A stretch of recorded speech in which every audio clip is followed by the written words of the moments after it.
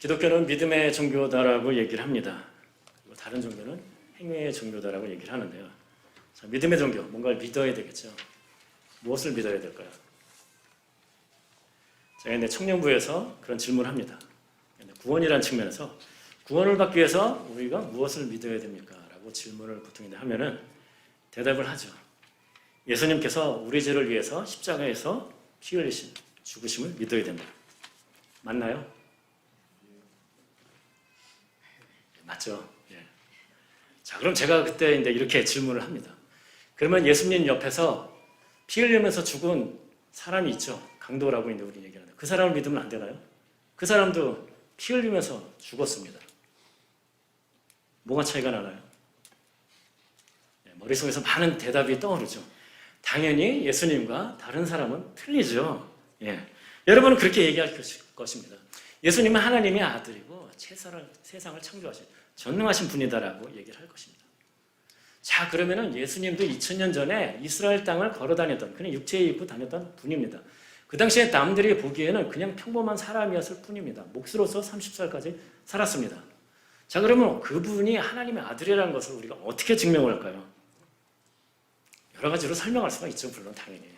그렇지만은 어떻게 보면 가장 중요한 것은 그분은 십자가에서 죽었지만은 다른 강도들이나 다른 십자가에 달린 사람과 다르게 부활했다라는 것으로서 우리가 그분은 하나님이다.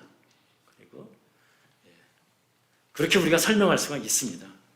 그래서 사도행전 2장에도 보면은 사실은 그 성령 사건이 있은 다음에 사람들이 이제 방언을 하죠. 그러니까 많은 사람들이 이제 얘기를 합니다. 아, 이 사람들이 아침부터 술 취해서 있구나. 그러니까 베드로가 일어나서 설교를 합니다. 그때의 설교의 내용이 무엇이냐면 하나님께서 예수님을 살리셨다라고 얘기를 합니다. 그러면서 2장 36절에 보면은 너희가 십자가에 못 박은 이 예수를 하나님이 주와 그리스도가 되게 하셨느니라. 즉 살리셨습니다. 그리고 그것을 통해서 예수님께서 주, 즉 하나님과 동등된 분이시고 우리를 구원하는 시기에 오신 메시아, 그리스도라고 확증해 주셨다라는 것을 나타냅니다. 즉 예수님은 다른 강도들과 다르다. 십자가에서 못 박혀 죽은 것은 마찬가지로 틀리다라는 것을 얘기해 주는 것입니다. 십자가에 죽으셨다는 것은 그만큼 중요한 것입니다. 그렇지만 마찬가지로 우리가 어떻게 보면 더 중요하다고 생각할 수 있는 것은 부활이라고 생각할 수가 있습니다. 우리가 고난의 주간을 지납니다. 그렇지만은 우리가 그 마지막을 고난절이라든가 아니면 십자가 절이라든가 그렇게 얘기를 하지 않습니다. 부활절이라고 얘기를 하죠. 그만큼 부활절이 중요한 것이라고 생각할 수가 있습니다. 여러분은 부활을 믿으십니까? 감사합니다.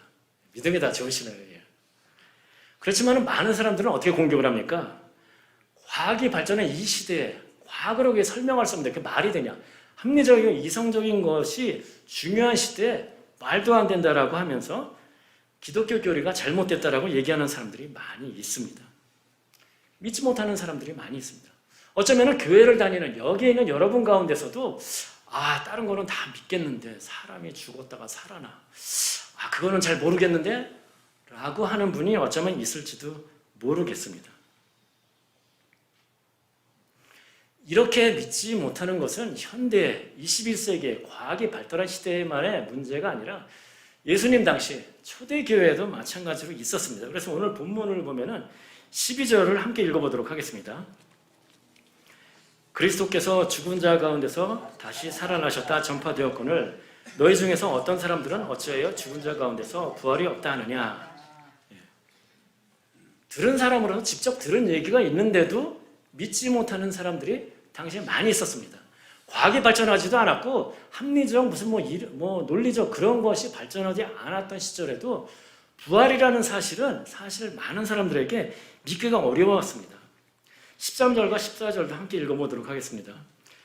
만일 죽은 자의 부활이 없으면 그리스도도 다시 살아나지 못하셨으리라. 그리스도께서 만일 다시 살아나지 못하셨으면 우리가 전파하는 것도 헛것이요 또 너희 믿음도 헛것이며.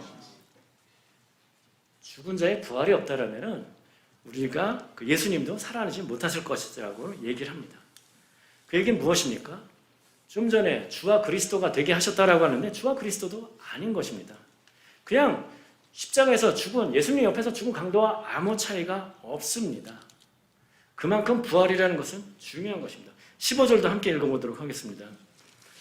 또 우리가 하나님이 거짓 증인으로 발견되리니 우리가 하나님이 그리스도를 다시 살리셨다고 증언하였습니다. 만일 죽은 자가 다시 살아나는 일이 없으면 하나님이 그리스도를 다시 살리지 아니하셨으리라. 우리가 하나님께서 예수님을 살렸다라고 그렇게 증언하기 때문에 만일 부활이 없다라면은 우리가 거짓말이 하는 사람이 되고 하나님도 거짓말을 하나님 되는 것처럼 얘기하는 것과 마찬가지라고 합니다. 그만큼 우리 믿음에 있어서 십자가만큼 중요한 것은 부활이다라고 얘기를 할 수 있습니다. 우리가 교회에서 하는 모든 것들, 예배를 드리고 제가 여러분 앞에서 이렇게 설교를 드리고 헌금을 하고 봉사를 하고 전도를 하고 그 모든 것들이 사실 부활이라는 것을 우리가 믿지 못하고 그것이 없다라면 모든 것이 헛것이라고 오늘 바울은 오늘 본문을 통해서 얘기를 하고 있습니다. 여러분 개인 신앙에서도 마찬가지입니다. 여러분이 뭐 대부분 믿는다라고 하지만 만약 여러분 가운데 내가 부활을 못 믿겠다라고 한다면은 그런 여러분이 여기 나와서 예배를 드리고 하는 그 모든 것들, 기독교적인 어떤 그런 여러 가지 행위들이 어떻게 보면 다 의미가 없는 것이 될 수가 있습니다. 부활을 믿으시나요? 자, 그럼 증거는 어디 있습니까? 여러분이 누군가가 여러분에게 도전을 합니다. 여러분의 친구가 도전을 했어요. 여러분 뭐라고 얘기를 하시겠습니까? 이러이러해서 부활은 사실이다라고. 많은 사람들이 부활에 대해서 공격을 할 때 하는 얘기 중에 하나가 이런 겁니다. 부활하는 것을 본 사람이 없다. 맞나요? 감사합니다. 예. 그런데 본 사람 없습니다, 사실은. 워낙 이게 부활이라는 게 오 권사님에게는 이렇게 실체적인 것으로 생생하게 살아있기 때문에 부활하는 사람이 보실 수 있다라고. 어쩌면은 그 집적인데 뭐 꿈속에서라든가 기도하는 건데 보셨을지 모르겠지만은 사실은 제가 질문을 부활하는 모습을 본 사람이 있습니까? 라고 질문했습니다. 없지요, 당연히. 부활하고 나서의 예수님을 본 사람이 있습니다. 예.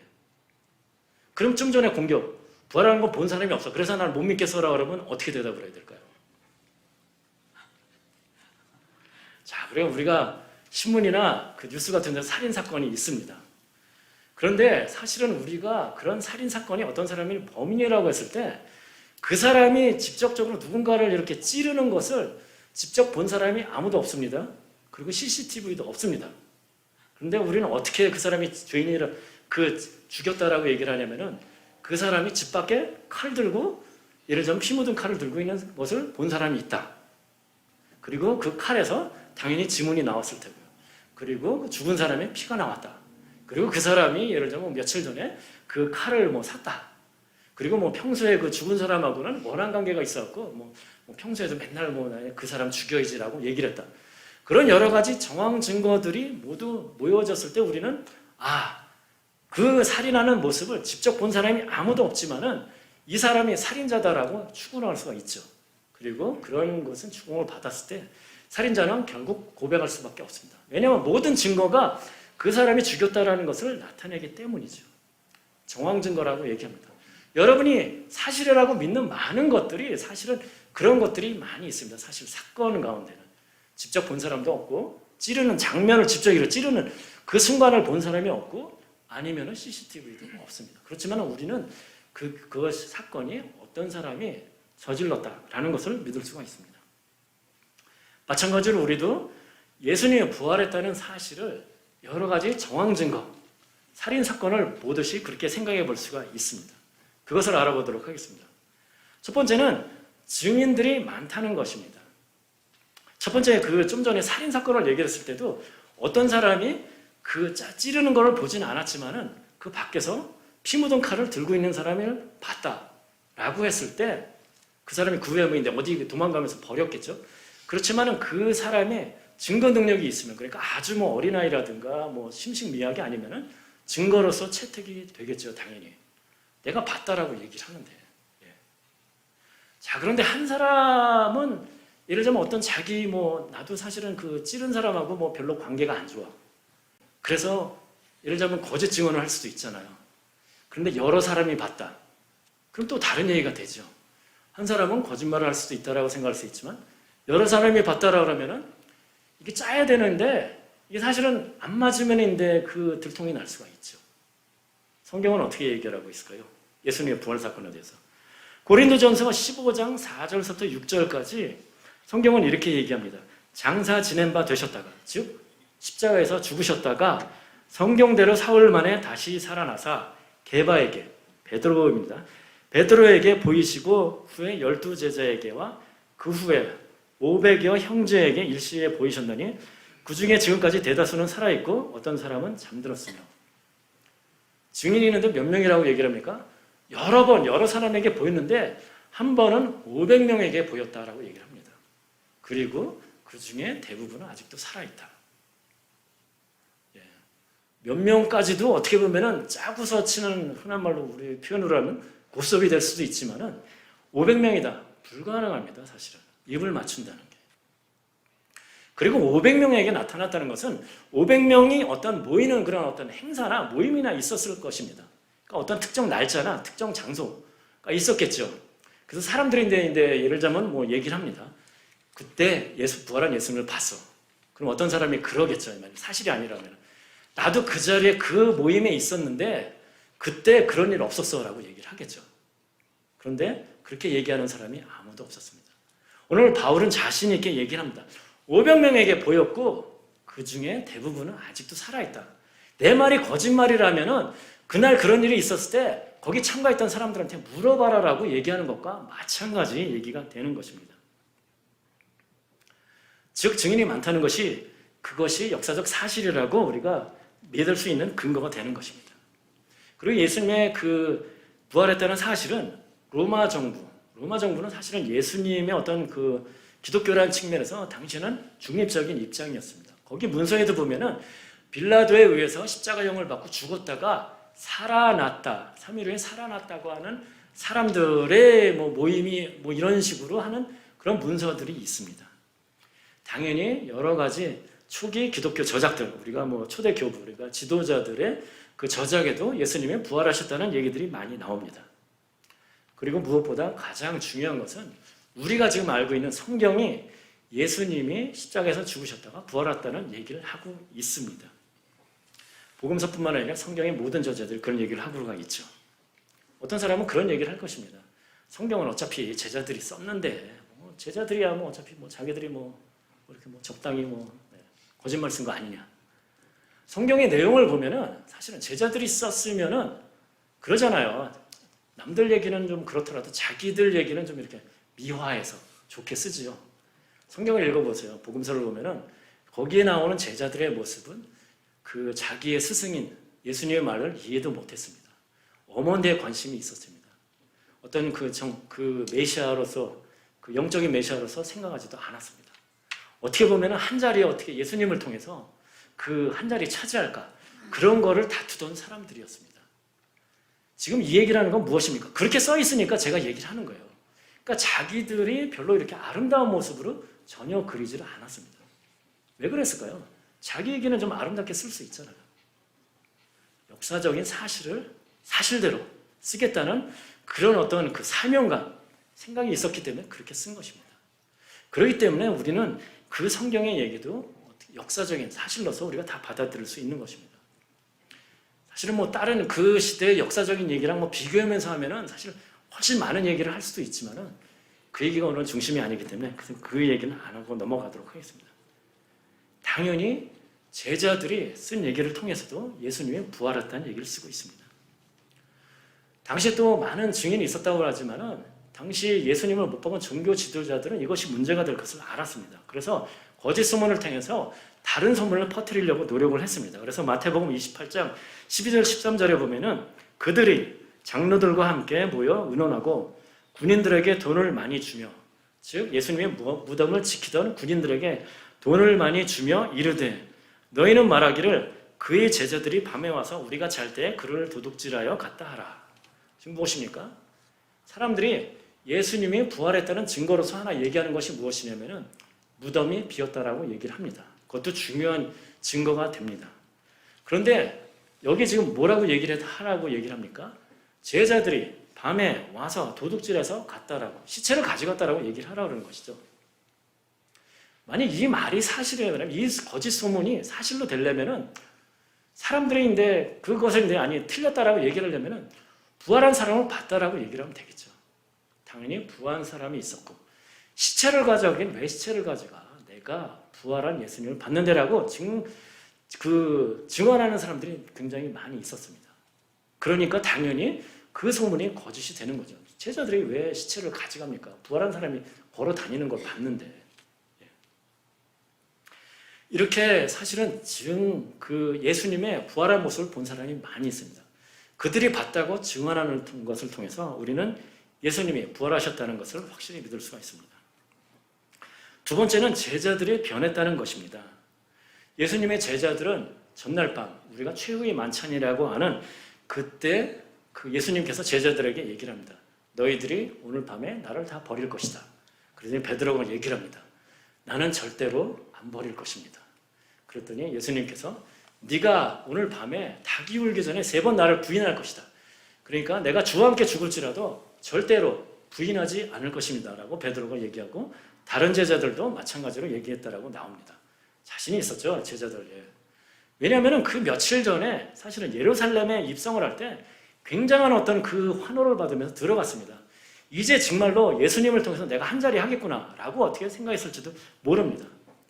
그런데 어떻습니까? 몇 시간 있다가 그들은 예수님이 잡히는 상황이 됐을 때 모두 도망갔습니다. 어떻게 보면 그들이 바랬던 한 자리 하는 어떤 그런 모습이었는데 그 허무하게 잡히고서 십자가에 못 박히는 그런 상황이 됐습니다. 다 도망을 갔죠. 요한 빼놓고. 그들에게는 더 이상 예수님을 따를 이유가 전혀 없었습니다. 그랬는데 그들이 변했습니다.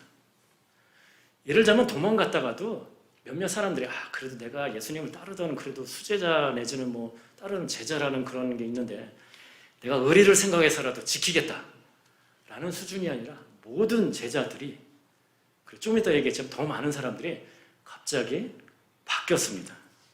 그러면서 그들이 가르치는 내용은 무엇입니까? 하나님께서 예수님을 살리셨다. 그리고 그 예수님을 주와 그리스도가 되게 하셨다라고 얘기를 합니다. 자, 그러면 갑자기 말도 안 되는 상황에서 바뀌었습니다. 그러면 바뀌는 이유 중에 하나는 뭔가 이익이 있으면 또 당연히 이익을 쫓는 거니까 바뀔 수도 있겠죠. 그들에게 닥친 것은 무엇입니까? 박해받는 것이었습니다. 그리고 비참하게 순교당하는 것이었습니다. 아무것도 전혀 그런 모습도 보이지 않았습니다. 그리고 그들에게 아무 유익도 없었습니다. 그런데 그들이 바뀌었습니다. 왜 바뀌었을까요? 그들이 부활한 예수님을 만났기 때문입니다. 어떤 분은 그런 얘기를 할 겁니다. 종교 때문에 목숨을 버리는 사람들. 사실은 종교 때문에 희생하는 것은 많이 있지만 목숨까지 버린다라는 것은 보통 일은 아닙니다. 있죠, 그래도. 이슬람에도 보면은 폭탄 테러, 지하드 있죠. 대단한 믿음이고 대단한 신념입니다. 그 사람들의 어떤 믿음을 폄하하고 싶은 생각은 없지만은 그 종교를 기준으로 그 사람들에게는 적어도 반대급부가 있습니다. 이슬람에서는 천국을 가기 위해서는 착한 일을 하고 당연히 그 종교가 요구하는 것들을 잘 해야 되는데 확실하게 내가 천국을 갈 수 있을 정도인지 아닌지를 모릅니다. 그건 알라만 압니다. 어쩌면 믿음 좋은 사람이라면은 내가 정말 천국 갈 수 있을까라는 측면에서 고민을 많이 할지는 모릅니다. 내가 정말 알라의 기준에 맞는 사람일까? 그런데 그 모든 걱정을 떨쳐버릴 수 있는 방법이 하나 있습니다. 지하드죠. 그 전에 어떤 생활을 했든 어떤 생활을 했든 상관없습니다. 지하드를 하면은 바로 천국으로 갑니다. 그 천국에서의 그 어떤 모습은 굉장히 멋있는 모습으로 그립니다. 자, 그리고 더 나아가서는 그렇게 지하드를 하면은 그 가족들은 그 조직에서 잘 살게 이렇게 해줍니다. 그러니까 예를 들자면 본인이 나도 굉장히 먹고 살기 힘들고 가족도 굉장히 힘들어요. 그런데 내가 가장이다. 가족이 이루어져서 내가 지하드를 함으로써 내 가족이 앞으로 잘 먹고 잘 살 수 있다라고 생각하면은 아시겠죠? 여기 있는 분들 중에도 종교랑 상관없이도 세상 가운데도 그런 사람이 있을 수가 있습니다. 그들에게는 어떻게 보면은 내가 해야 될 그런 이유가 있을 수도 있습니다. 그렇지만은 제자들에게는 그런 유익도 아무것도 없었습니다. 그렇지만은 그들은 그런 죽음을 강구하면서까지 갑자기 다른 메시지를 전하기 시작을 했습니다. 왜요? 부활한 예수님을 만났기 때문입니다. 세 번째는 예수님을 반대하던 사람들도 그 회심, 마음이 갑자기 바뀌었습니다. 좀 전에 제자들은 어차피 따르던 사람이니까 그럴 수 있다 라고 생각할 수도 있습니다. 그러지만은 사실은 예수님을 굉장히 반대하던 사람들도 갑자기 바뀌는 사건들이 일어납니다. 야고보는 예수님의 동생입니다. 그러니까 마리아와 요셉 사이에서 태어난 사람입니다. 예수님을 따라다니는 사람이 아닙니다. 제자도 아닙니다. 그러니까 예수님의 설교를 듣지도 않았습니다. 믿지도 않았죠, 당연히. 그래서 성경에 보면은 가족들이 오히려 예수님을 미쳤다라고까지 얘기를 한다는 얘기가 나오는데 어떻게 보면 그렇게 생각하는 사람 중에 한 명일 수도 있습니다. 전혀 그럴 이유가 없었는데 갑자기 변했습니다. 성령 사건이 있기 전에 그 어떤 명령에 의해 가지고 그 우리가 알려진 마가의 다락방에서 기도하면서 성령을 기다리라고 했을 때 마리아와 제자들 당연히 마찬가지고 마리아와 예수님의 동생들도 함께 있었다라고 얘기를 합니다. 당연히 야고보도 있었겠죠. 아직 성령이 오기 전에. 왜 갑자기 바뀌었을까요? 당연히 야고보도 부활한 예수님을 만났기 때문에 그 전에 예수님을 따라다니는 사람도 아니고 오히려 반대했던 사람인데도 그렇게 변할 수밖에 없었습니다. 가장 극적인 변화는 바울을 통해서입니다. 그는 바리새인이었습니다. 기독교 새로 탄생한 이 기독교 운동을 정말 반대했던 사람입니다. 그래서 스테반 우리가 집사라고 알려진 사람이 죽을 때에는 옷을 보관하면서 죽어서 마땅하다라고까지 했습니다. 그리고 사람들을 잡고 가두고 죽이기까지 했던 사람입니다. 그래서 사도행전 22장 4절에 보면은 바울이 이렇게 고백합니다. 내가 이 도를 박해하여, 즉 기독교 새로운 운동을 박해하여 사람들을 죽이기까지 하고, 자기 입으로 얘기합니다. 죽이기까지 했었다고. 남녀를 결박하여 옥에 넘겼노니. 바울이 예수님을 만난 것도 사실은 그 다메섹이라는 게들 가는 중간에 거길 간 이유는 무엇입니까? 이 도를 따르는 사람들을 잡아들이기 위해서 했습니다. 그리고 나서 회심한 다음에 그곳에 갔을 때도 그 동네 사람들이 굉장히 무서워했습니다. 그 이름만 들어도, 바울이라는 이름만 들어도 사람들이 벌벌 떠는 그런 아주 엄청난 존재였습니다. 갑자기 바뀌었습니다. 성경은 얘기를 합니다. 그가 다른 사람들을 잡아들이기 위해서 다메섹으로 가는 도중에 예수님을 만났다라고 얘기를 합니다. 그래서 그 사람이 변했습니다. 그렇게 변할 수 있었던 이유는 반대로 얘기하면 당연히 부활한 예수님을 만났기 때문입니다. 네 번째는 유대인의 사회 구조가 바뀌었습니다. 많은 유대인들이 유대교에서 우리가 아는 기독교로 개종을 하게 됩니다. 여기 있는 분들은 종교의 자유가 있는데 개종이야 할 수도 있지. 종교의 자유가 있나요? 지금 중동 지방에 종교의 자유가 있나요? 개종했다가는 바로 죽습니다. 가족에게 죽을 수도 있어요. 예. 당시에 어떤 그 유대교라는 것은 이스라엘 사람들에게는 정치, 경제, 사회, 문화, 즉 인생의 전부입니다. 가치관이고 세계관이고 인생관입니다. 그것이 갑자기 바뀌었습니다. 그리고 그 바뀐 것이 내가 두 개의 종교를 곰곰이 비교하고 생각해보니까 요건 아닌 것 같고 요게 맞는 것 같아. 한 사람이 바뀌고 또 한 사람이 바뀌고 이렇게 서서히 바뀐 게 아니라 갑자기 많은 사람들이 베드로의 설교를 듣고서 그 자리에서 3,000명이 갑자기 회개를 하면서 그 믿는 사람이 됩니다. 갑자기. 왜 그랬을까요? 그 사람 가운데는 설교를 물론 들었지만은 당연히 부활한 예수님을 본 사람이 있을 거고 아니면 그 얘기를 들은 사람이 있었을 것입니다. 이렇게 엄청나게 가치관 어떤 그런 것이 바뀐다는 것은 엄청난 일입니다. 그 바뀐 내용을 좀 알아보면은 첫 번째는 어떤 동물 희생을 통한 제사 시스템에서 성전 시스템이었는데 그것에서 예수님의 그 십자가를 믿음으로써 더 이상 동물 제사를 안 지내도 되는 상황으로 바뀌었습니다. 엄청난 변화입니다. 그리고 그전에는 어떤 그 믿음의 핵심이라는 것이 그 유일신 하나님 그리고 모세의 율법을 지키는 것이 중요했었지만은 더 이상 그 모세의 율법만을 강조하는 것이 아니라 예수님을 믿는 믿음 그걸 통해서 내 죄가 사함받고 하나님께 갈 수 있다라는 그런 믿음으로 바뀌었습니다. 그리고 그들이 드렸던 예배가 토요일 날에서 일요일로 바뀌었습니다. 토요일은 안식일입니다. 십계명에도 안식일을 거룩히 지키라. 거룩하게 안 지키면 죽을 것이다. 죽었던 사람도 있습니다. 그랬는데 갑자기 그렇게 아주 중요하게 생각했었던 안식일 지키는, 어떻게 보면 하나님께 드리는 예배 드리는 날짜가 토요일에서 일요일로 바뀌었습니다. 토요일은 안식이니까 우리 기준으로 하면 노는 날이죠. 그 사람들 기준으로 하면 일요일은 일하는 날이에요. 그래서 어떻게 했냐면 그 사람들이 일요일 새벽에 모여서 예배를 드리고 일하러 갔습니다. 우리 기준으로 하면 어떻게 돼요? 일요일 날 예배를 드렸었는데 갑자기 월요일로 바뀌었어요. 월요일 날 일하러 가야죠. 그래서 어떻게 해요? 월요일 날 새벽에 모여서 예배를 드리고 일하러 가고 그렇게 했습니다. 왜 그랬을까요? 이렇게. 당연히 그 중심에는 부활한 예수님이 있겠었기 때문입니다. 그리고 유대교는 유일신 사상이었지만 그 후에 삼위일체, 즉 성부, 성자, 성령 하나님, 예수님이 중요한 분이 되고 당연히 성령이 중요한 분이 되는 그런 교리로 바뀌었습니다. 정치적 메시아, 로마의 압제로부터 우리를 구해줄 그런 메시아를 기다렸었는데 사실은 예수님이 오므로써 영적인 메시아, 즉 그분이 이미 왔고 십자가에 죽으심으로써 어떻게 보면 구원 그 사역, 메시아로서 하는 사역을 이미 이루었다라고 그렇게 얘기를 하고 있습니다. 그리고 더 나아가서는 이 모든 것을 통해서 새로운 종교가 갑자기 나타났습니다. 예수님이 죽고 나서 그 다음에 승천하고 나서 기준으로 하면 딱 10일, 죽고 나서 기준으로 하면 오순절, 50일을 기준으로 갑자기 나타났습니다. 이렇게 급격한 사회적인 변형.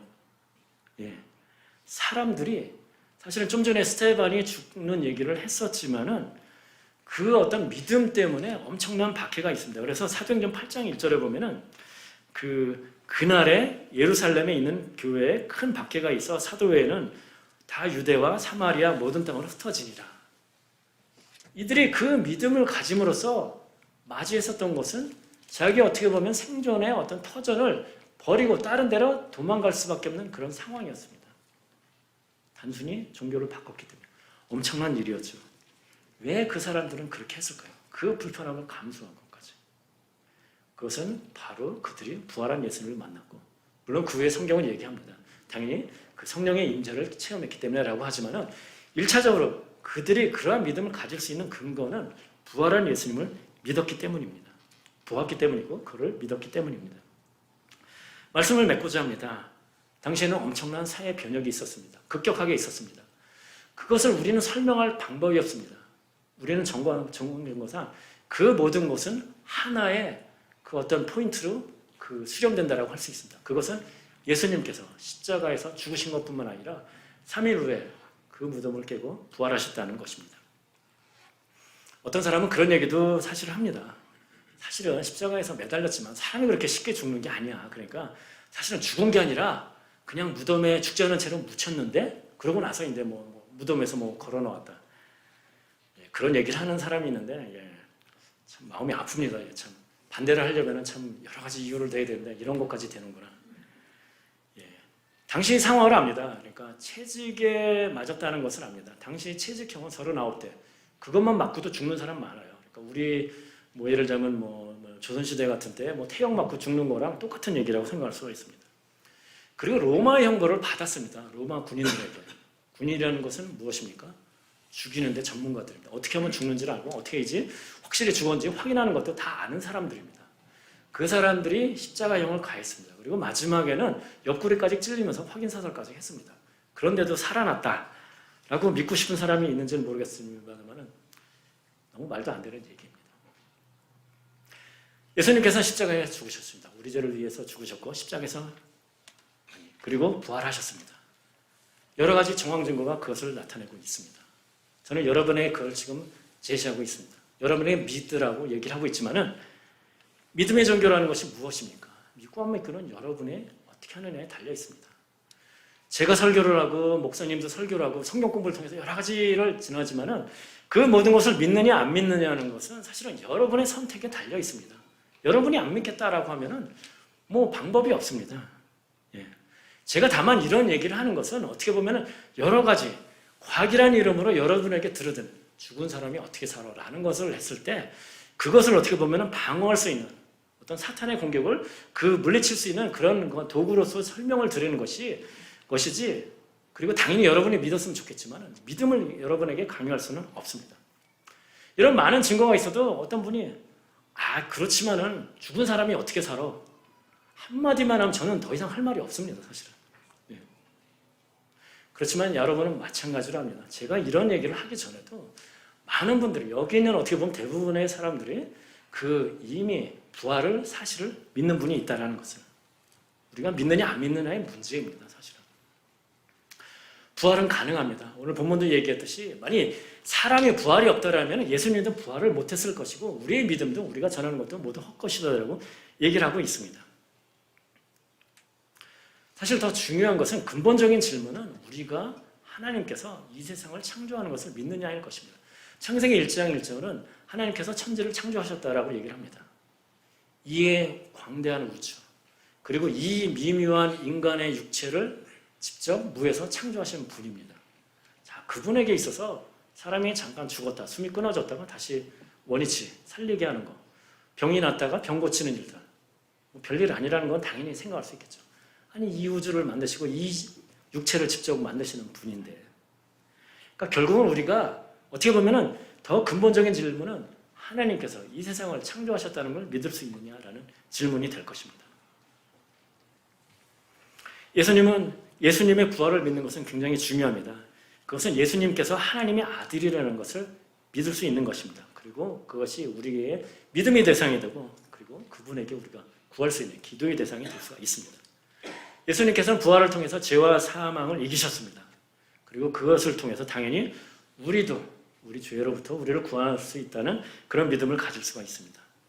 그리고 우리가 예수님이 부활하신 것을 통해서 이 땅에서의 삶뿐만 아니라 믿음 위의 삶도 있고, 더 나아가서는 예수님이 다시 오실 때는 육체로 부활할 수 있다는 그런 소망을 가질 수가 있는 것입니다.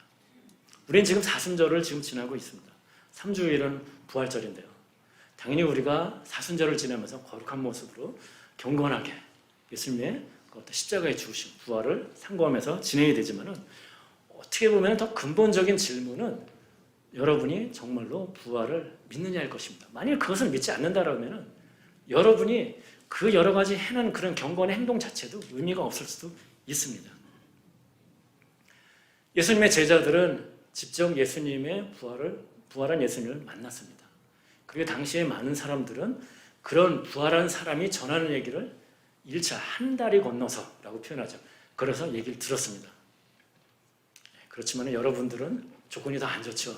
성경에 나오는 얘기, 아니면 이렇게 목사가 하는 얘기만을 가지고서 믿어야 됩니다. 보지 않고 믿는 것과 마찬가지죠. 성경에서 믿지 못했던 사람이 있습니다. 도마죠. 그래서 사실은 도마가 없을 때 예수님이 부활한 모습을 보고 다른 제자들이 부활한 예수님을 봤다. 도마가 얘기합니다. 택도 없는 소리 하지 마. 내가 직접 그 못자국에 손을 넣어보기 전에는 못 믿겠어. 나중에 도마가 있는 자리에 예수님이 나타나셨습니다. 그래서 내가 손을 넣어봐라. 믿습니다라고 고면을 하죠. 그때 예수님께서 이렇게 얘기를 하십니다. 요한복음 20장 29절에 예수님께서 이르시되 너는 나를 본고로 믿느냐, 보지 못하고 믿는 자들은 복되도다 하시니라 라고 얘기를 하십니다. 좀 전에 이 제자들은 다 부활한 예수님을 직접 보든지 아니면 본 사람에게 직접 들었습니다. 여러분은 상황이 더 안 좋습니다. 그렇지만 여러분이 믿는다면, 지금 오늘 본문 말씀에 오늘 요한복음 20장 29절이 뭐라고 얘기합니까?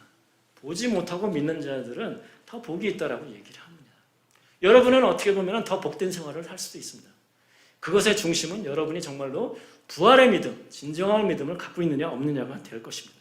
그래서 여기 있는 모든 분들도 부활의 믿음, 그 믿음을 가지시고 확실한 믿음을 통해서 하나님의 기뻐하시는 일, 그리고 하나님이 원하시는 일을 하는 주님의 백성들이 되기를 주님의 이름으로 축복합니다.